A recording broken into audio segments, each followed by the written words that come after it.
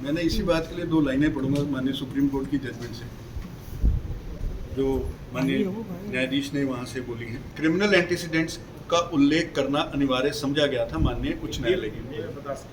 हिंदी में बता देता हूँ कि कॉन्स्टिट्यूशन चाहे जितना भी बेहतर हो, लेकिन उसके ऊपर काम करने वाले अगर बुरे होंगे तो कॉन्स्टिट्यूशन बुरा ही बनेगा, और कॉन्स्टिट्यूशन चाहे जितना भी बुरा हो लेकिन उसके ऊपर काम करने वाले जो अच्छे होंगे तो कॉन्स्टिट्यूशन उतना अच्छा बनेगा। ये माननीय उच्च न्यायालय की टिप्पणी है इस केस के अंदर। रिट पिटीशन सिविल जो 536 नंबर है 2011 की 2018 का जिसका ऑर्डर है, तो इसके अंदर ये टिप्पणी की गई थी स्पेसिफिकली कि क्रिमिनल एंटीसीडेंट्स और फाइनेंशियल एंटीसीडेंट्स जो हैं उसकी क्लैरिटी होनी चाहिए पब्लिक लाइफ में जब आप बात करें। I shall not therefore enter into the merits of the Constitution, because I feel, however good a Constitution may be, it is sure to turn out to bad, because those who are called to work it happen to be a bad lot. However bad a Constitution may be, it may turn out to be good if those who are called to work it happen to be a good lot. So ये good और bad में ही अंतर करने के लिए, Constitution को ही बचाने के लिए होगा। यहाँ इस जगह पर प्रेस कॉन्फ्रेंस पर पहुँचने के लिए बहुत बहुत धन्यवाद और स्वागत। ये एक कंप्लेंट हमने आज फाइल की है बीजेपी प्रदेश लीगल सेल की ओर से।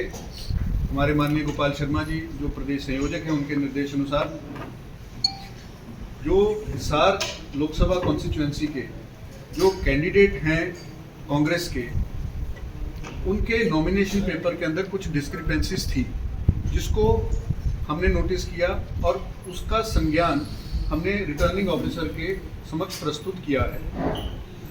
उसके अंदर दो चीज़ें इंपॉर्टेंट है, एक क्रिमिनल एंटीसीडेंट्स हैं और एक फाइनेंशियल एंटीसीडेंट्स हैं। जो क्रिमिनल एंटीसीडेंट्स हैं उनके अपने ही एफिडेविट में जो 2004 में और 2019 में 4 में मेन है, जिसमें 5 उनकी FIR रजिस्टर्ड हैं, 5 क्रिमिनल केसेस हैं जिसमें 2 FIR रजिस्टर्ड हैं और बाकी के कुछ केस और उनका उल्लेख किया गया है।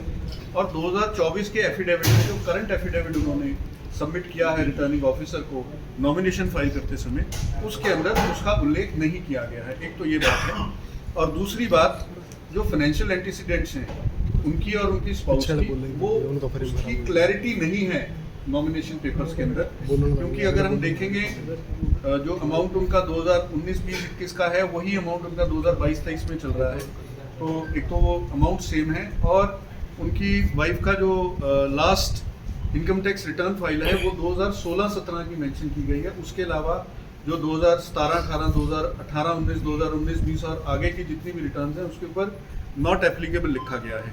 वो उनका जो फॉर्म है, जो एफिडेविट उन्होंने सबमिट कराया है नॉमिनेशन करते समय, वो फॉर्म हमारे पास मौजूद है और वो ऑनलाइन अवेलेबल भी है सबके लिए। इसके अंदर मैं आपको ये बता देना चाहता हूँ कि इलेक्शन कमीशन की कुछ गाइडलाइंस हैं क्रिमिनल एंटीसीडेंट्स के लिए स्पेसिफिकली, जो माननीय उच्च न्यायालय माननीय सुप्रीम कोर्ट ने जारी की थी रिट पिटीशन नंबर 536 ऑफ 2011 में। रिट पिटीशन के कंटेम्प्ट पिटीशन थी, जिसके अंदर इसको एक कंटेम्प्ट माना गया है कि अगर कोई भी क्रिमिनल एंटीसीडेंट्स को कंसील किया जाता है और नहीं बताया जाता है वाइल फाइलिंग द नॉमिनेशन, और ये दायित्व जो है, इसकी जिम्मेवारी जो है, वो दोनों पॉलिटिकल पार्टी जिसका कैंडिडेट है और जो कैंडिडेट है, ये दोनों के ऊपर रहती है, और दोनों को ही वो इंफॉर्मेशन है वो देनी पड़ती है नॉमिनेशन फाइल करते समय 1, और अपनी वेबसाइट के ऊपर 2, और सोशल मीडिया के ऊपर उसको पब्लिसाइज करना पड़ता है कि अगर ये क्रिमिनल केस है तो किस प्रकार का है और उसका स्टेज क्या है, और उसके अंदर क्या अगर सजा हो चुकी, जो भी उसका एक प्रकरण रहेगा उसका उनको डिटेल देनी अनिवार्य है, दोनों को, पॉलिटिकल पार्टी को भी और कैंडिडेट को भी। तो इसके चलते हमने जब इसको फॉर्म को मिलाया और नॉमिनेशन पेपर्स कंपेयर किए तो उसके अंदर ये डिस्क्रिपेंसी, ये अनियमितता थी, तो उसके लिए हमने कंप्लेंट की, और हमारे कंप्लेनेंट राज महक जी हैं, इसमें जिला संयोजक हैं विधि प्रकोष्ठ के, ये हमारे अम्बाला से। मैं राज महक जी, आप कोई प्रश्न हो आपका राज महक जी से तो राज महक जी से कर सकते हैं। सर कौन से साल की इनकम छिपाई गई? हाँ जी, मैं वो दरअसल कागज निकाल के बताना पड़ेगा जी इनको। हाँ जी मैडम, आपको कौन से साल की इनकम छिपाई गई है? ये जो उन्होंने इस बार एफिडेविट दिया है, उन्होंने जो अपनी इनकम दिखाई है ये 2023-24 और 2023 की 11/72 दोनों सेम है इनकी, और जो उनकी स्पाउस की हैं उन्होंने बताया है कि जो लास्ट उनकी इनकम टैक्स रिटर्न गई है वो 16/17 की गई है, उसके बाद नहीं। तो क्या सेम एक जैसी नहीं हो सकती सर दोनों ईयर? हो सकती है, लेकिन हमें इसमें कुछ ये त्रुटियां मिली हैं जिसको लेके हमने इलेक्शन कमीशन आरोप आपको संज्ञान में दिया है, वो इस बार इसकी जांच करें। कौन से कोर्ट में चल रहे हैं सर ये मामले, और कौन जज साहब हैं जो जिसके पास अभी मामले चल रहे हैं? क्या करंट में भी ये मामले हैं? अभी जो ये मामले हैं इसका जिक्र जयप्रकाश जी ने अपने 2004 के नॉमिनेशन में खुद किया हुआ है, और उन्होंने इसमें बताया है कि उस समय उनके पास उनके ऊपर ये 5 मुकदमे हैं जो कि बड़े गंभीर हैं। एक तो FIR है 265 बरवाला की है, एक FIR नंबर है 267 जो पुंडरी की है, और एक है FIR नंबर 73 जो कि कलायत की है, और 2 कंप्लेंट केस हैं। इनमें जो सेक्शंस हैं, जो 265 FIR थी उसमें है 148, 149, 427, 448, 397, 506, 452। जो FIR नंबर है 267 उसमें 420, 465, 468, 473, 120B, 395, 397, 201। और जो FIR नंबर 70 है कलायत की उसमें भी 420, 467, 468, 471, 218, 120B। और एक कंप्लेंट थी वो 506 की थी, और एक कंप्लेंट 420, 120B, 109 और 34 की। सर इसमें तो ये होगा कि केस पेंडिंग में चल रहे हैं।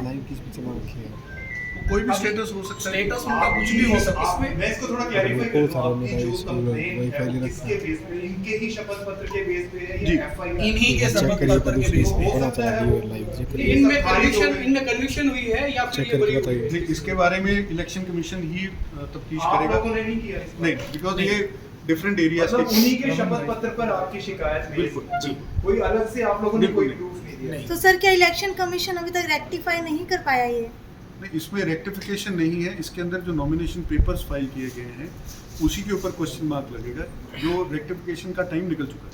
सर क्या आपको नहीं लगता कि पहले ये चेक करने चाहिए थे कि क्या ये केस वो चल रहे हैं नहीं कैंडिडेट को कर रहे हैं, देखना उसके चाहिए। बाद ही ऐसा कोई कैंडिडेट वो तो कैंडिडेट को देखना चाहिए, जी वो तो उन्हीं का काम है। आदमपुर में उपचुनाव हुआ था, उसमें भी जयप्रकाश जेपी ही कैंडिडेट थे। उनका जो एफिडेविट था उस समय का और आज का जो एफिडेविट उसमें कितनी भिन्नता आप मानते हैं? क्या तथ्य छुपाए? नहीं, वो वाला हमारे पास नहीं है।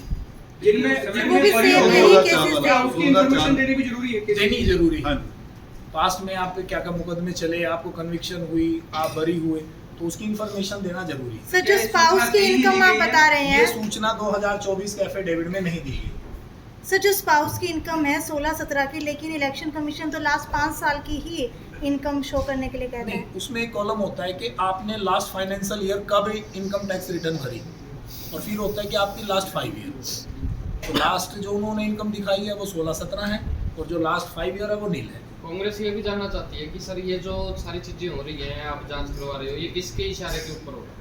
नहीं, कोई इशारा नहीं इशारा है। किसी का ये नहीं है। ये जागरूक ये एक जागरूक नागरिक का काम है, वही किया है। इसमें पार्टी का कोई खास काम नहीं है। लेकिन अगर आप बिल्कुल इसको बिल्कुल डेप्थ में जाकर के देखें तो सिर्फ और सिर्फ उन्हीं का दिया हुआ एफिडेविट है। उन्हीं का दिया हुआ एफिडेविट 2004 का है, और उन्हीं का दिया हुआ एफिडेविट अब 2024 का। हमने अपनी तरफ से कोई कागज नहीं लगाया। तो इस शपथ में कब से आप लोग काम कर रहे थे? आज आप लोग आगे आए हैं, आज आप लोगों ने हिसाब से मिलकर आए हैं। इससे पहले भी इस पर कोई कार्रवाई चल रही थी आप लोगों के द्वारा, कोई जांच पड़ताल चल रही है? नहीं, ऐसा है बहन जी, इसमें देखिए, अगर आपको कोई चीज़ अरेंज करनी है, कुछ ऑनलाइन चेक करना है, हर एक चीज़ को रिसर्च करना है, कुछ हम जब चीज़ें कुछ तथ्य सामने लाने हैं, आपके सामने भी लेके आने हैं और आपके माध्यम से पूरी जनता के पास पहुंचने हैं, तो वो तथ्य ठीक होने चाहिए। तो वही तथ्य ढूंढने में सारे में इतना समय कंज्यूम हो जाता है।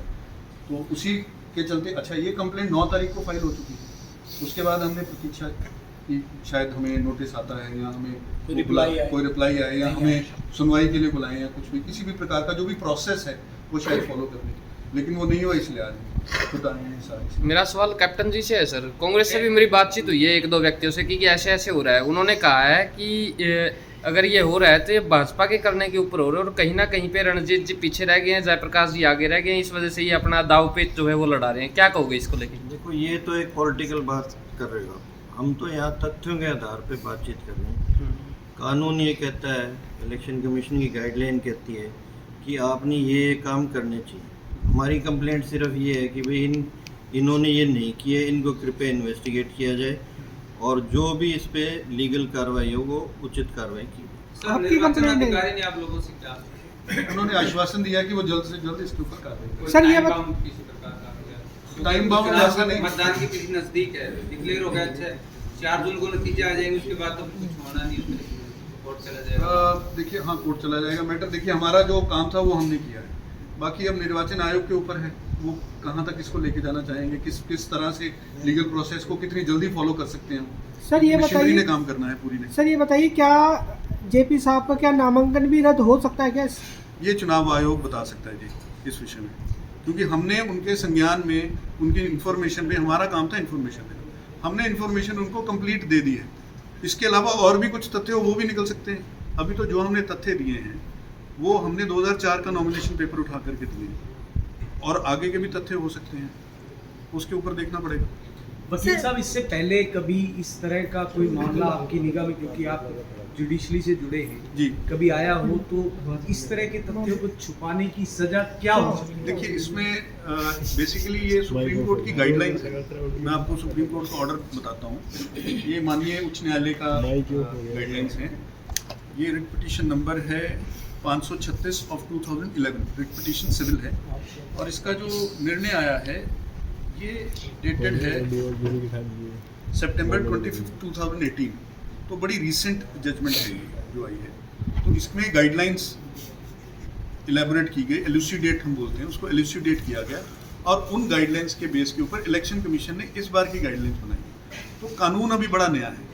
अगर कानून में थोड़ा पुराना होता कि क्रिमिनल एंटीसीडेंट्स या फाइनेंशियल एंटीसीडेंट्स के ऊपर क्या कार्रवाई हो चुकी है, तो उसके प्रेसिडेंट्स होते हैं। जो जैसे आपने पूछा मेरे से प्रश्न की, जुडिशरी में हम लोग प्रेसिडेंट्स के ऊपर काम करते हैं कि पिछले उस केस में क्या हुआ, तो इस केस में वैसा होना चाहिए।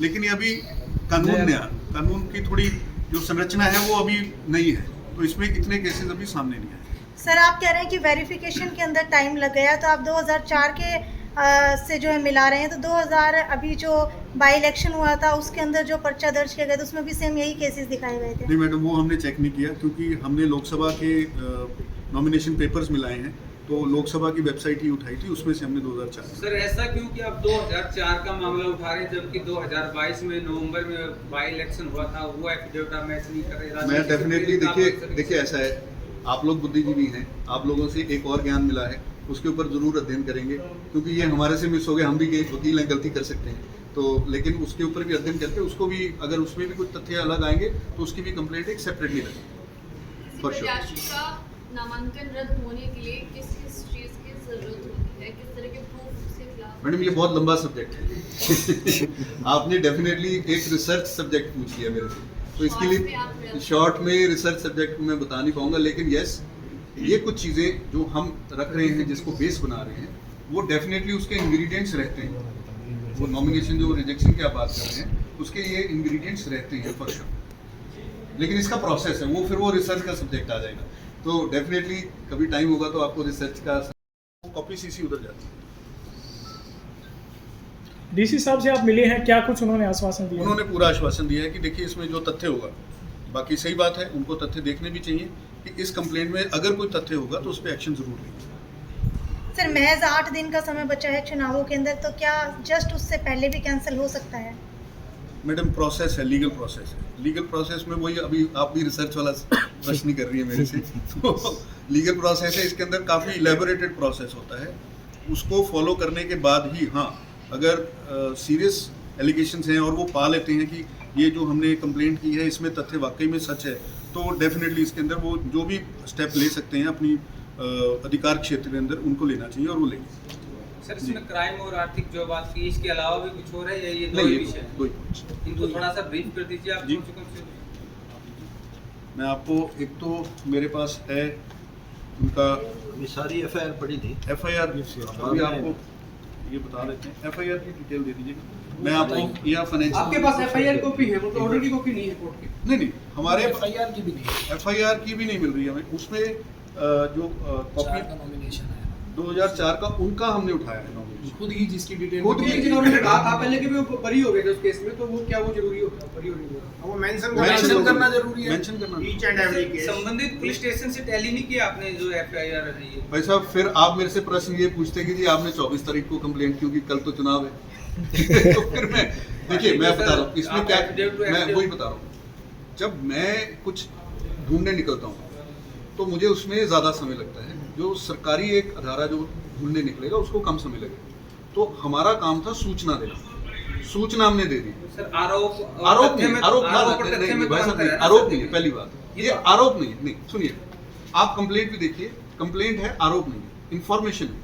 आरोप और इंफॉर्मेशन में फर्क आएगा। आरोप तब होंगे जब वाकई में ये चीजें, तथ्य जो हैं वो सच हो जाए।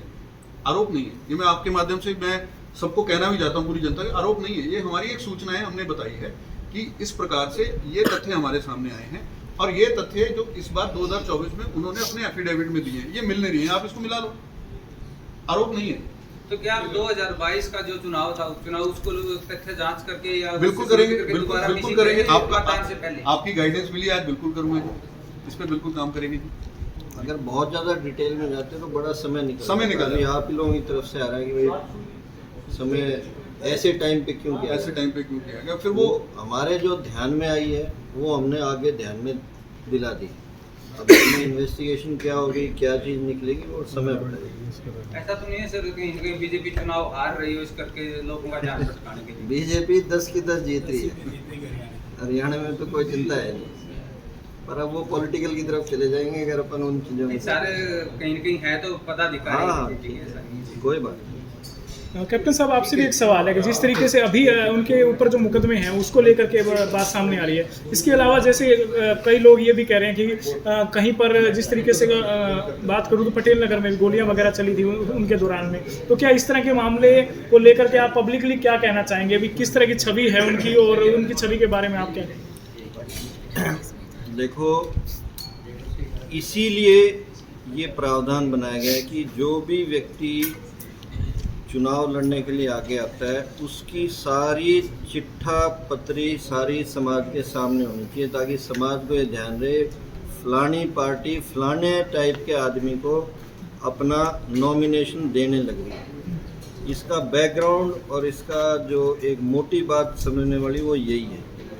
इसीलिए बार बार कहा जाता है अगर आपके खिलाफ केस ख़त्म भी हो चुका है तब भी चिट्ठी पत्री सारी की सारी आपको उसमें मेंशन करनी चाहिए। इन्होंने तो बिल्कुल ज़ीरो कर रखा है। उसी चीज़ पे लेके हमने फिर अपनी कंप्लेंट डाली है या संज्ञान में लेके आए हैं इलेक्शन कमीशन ऑफ इंडिया के।